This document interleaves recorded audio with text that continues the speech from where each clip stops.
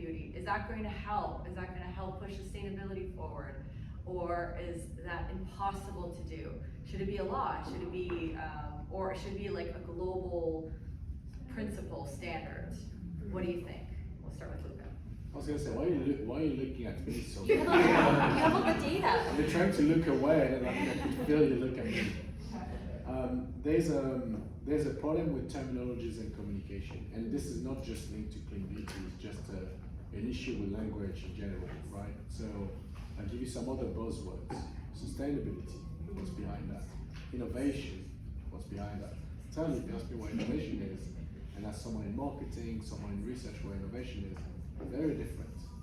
AI, anything, right? So, and it always happens because when you get a new word, then that becomes the pole where everyone is anchoring and then just rushing underneath. So that becomes then an umbrella term, right? For beauty and clean beauty, we've had actually many terms. Clean beauty, green beauty, slow cosmetics, as opposed to, again, fast fashion, slow fashion. Now we start seeing blue beauty. So that doesn't answer your question, right? But just I want to set that up from a communication issue, right? And then what happened was people starting to diverge into, well, actually, at least the common ground is it's an improvement versus what we had before. But then the improvement comes from different angles and different parameters. If you're a packaging supplier, you're not going to talk about ingredient safety, right? So then your clean beauty starts being biased based on who is talking and sharing those things. So my own definition of clean beauty is anything that is an improvement, either environmental or societal or safety-wise, and that's what I would put in that camp. As an exact definition, actually my challenge is, do we even need an exact definition, right? Because by definition, you will start excluding other things. I have also a brand, a personal brand called Noleo. Our definition of clean beauty, we use plastic packaging, for example, because when you're a small company, you don't have money to necessarily source wooden caps, which is great. So our stake has been on minimalistic formula, naturally sourced ingredients in a more respectful way. And that's our take on clean beauty, is more an angle on safety, right? We're not carbon neutral. Am I bothered about that? Yes, I'm concerned about it, but my contribution in clean beauty is that aspect of how. So others will have others, but that's, from a definition, that's why I'm always stepping away from that, because if you want to give just one definition, I would rather go to a set of criteria so that everyone can feel included into getting better beauty, actually. Chevon, what do you think? I think that I'll lean on the communication aspect as well. Definitely seeing the target audience that we have marketed to and engaging with our customers. It's kind of the language of what they care about. Some of our customers don't know what they care about in terms of whether it's clean beauty or not. Some of them don't care about whether it's clean beauty or not. In terms of talking about it being regulated, I believe, to my knowledge, in North America, the cosmetic industry is self-regulated. So it's more on the brands to define whether or not they're being ethically upbringing with the products that they release from their marketing. So I feel like with the resources that we currently have, we don't have a way to truly define whether or not a brand is clean or not. Maybe when blockchain, I believe, comes out more, and you can trace what we individually use in each product on the journey of that product, then we can kind of like narrow it down. But ultimately, if I'm supposed to think about it in terms of a sustainable manner, I would say until we as a consumer are more knowledgeable on what we put on ourselves and where it comes from, or once we start caring more about that, then it doesn't really matter. That's my Wonderful. Rhea? I I love this idea of transparency. I think when we built Solis, one of the things we wanted to do was be based by science. We wanted to validate before we made these claims. It was really important, like kept me up at night. But I also feel like we want to lead with, we have a responsibility to our consumer. They're trusting us into developing a product or a tool, and we need to deliver that in full transparency and explain to them in great, not great detail, but in a really great storytelling way that resonates with that consumer and that buyer. And in order for them to understand, because you want them to also do better for themselves too, right? It's not just us as professionals that need to lead that story. They can also contribute to the innovation and sustainability of what the cosmetic space builds, right? Well, I think I have different point of view. One as a consumer and one as a marketer.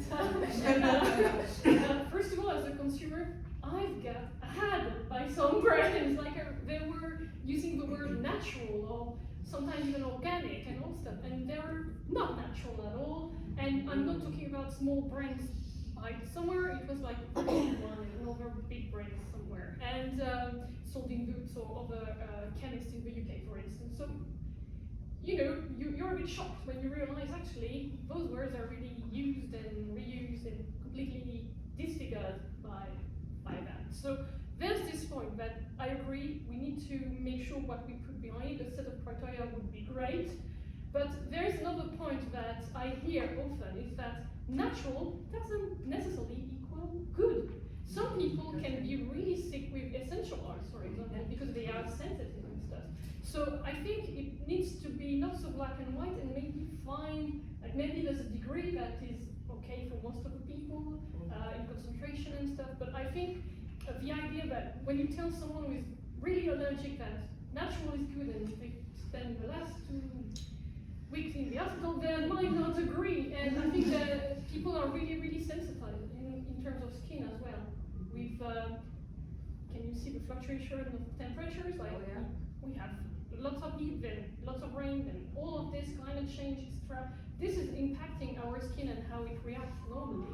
If you travel, you know what I mean. When you're out of a plane, like you don't recognize yourself. You don't call your mom. So basically, I think that's another topic as well. Yeah.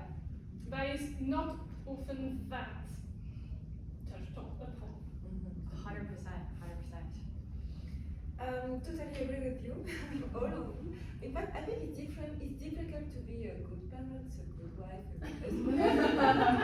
But I think it's difficult to be a good brand. But what is very important is to be transparent, honest, because there is a lot of greenwashing, a lot of cleanwashing, and it is very difficult for us to manage everything on the global chain. It's very difficult. And the packaging is mostly the topic that people see, but in fact, we don't have impact as a brand. What is our impact on the packaging? We buy packaging from supplier. So the impact is the supplier. We have to put, all our requirements on the supplier. As a brand, we just buy so plastic, wood, aluminium, wood. Okay, but you have to kill a tree. So the point, plastic, yes, there is so many quantity of plastic already produced. So we have to use recyclable plastic. So I think it's very difficult to be perfect, but we have to try to do something. And we as a brand, we are very global because we are very committed from the growers until the ingredient, until the product, not the packaging. But as an organic brand, I think in France we have one of the most strong regulation in the world.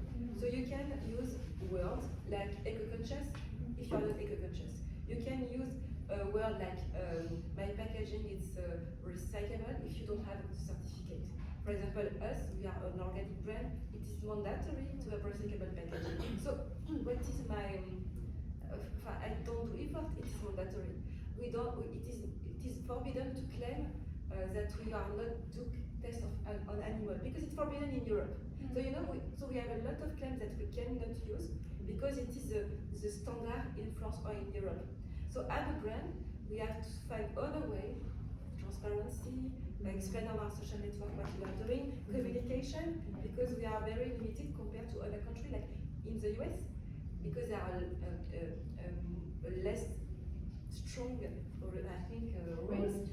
So they claim a lot of things that we cannot claim in Europe because for us it's a standard, you know.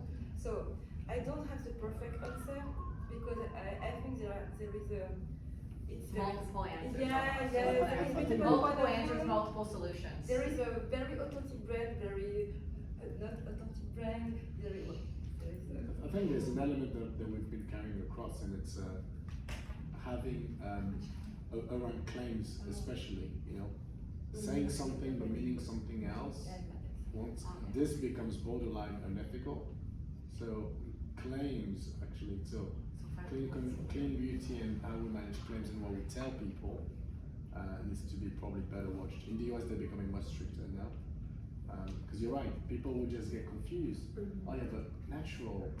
So, and people would understand other things. If you sell 100% pure cotton, okay, it's cotton. People will indirectly understand organic cotton, but it's not the same thing, right? So I think there's an element here on maybe a little bit of education of what each word means as well. Yeah, and even our cotton, there is organic or ecotext. Mm. And it's better to have ecotext compared to organic. So in fact, it's not It's educating that It's- consumer, yeah. it's educating everyone, about whoever's interacting with it. and even us as a brand get to go deeper when we select our supplier. Yeah, so, and I think what is maybe more important is to put our love and our positive energy on our brand and try to be authentic and think about our karma for the next life and try to do our best for nature and next generation. I always say we're never gonna get it right, but we have to put that effort into making it right every time. So every new lesson or learning that we have, it's like if technology or information grows, grow with it. Like adapt to like what's coming to you. Maybe the challenge, because I think every brand wants to be natural and everyone is eco-conscious, natural, everyone. But I think the difference as a founder is to prove that you do think around that. Yeah. Like you with a good faith, you have to be more rich in your ecosystem and to share. This is why connections matter and our clusters matter and our networks matter, because that's how we share. Being less selfish as an entrepreneur. Yeah. Benevolent. We're gonna do a little stop because you two are leaving. I know you have a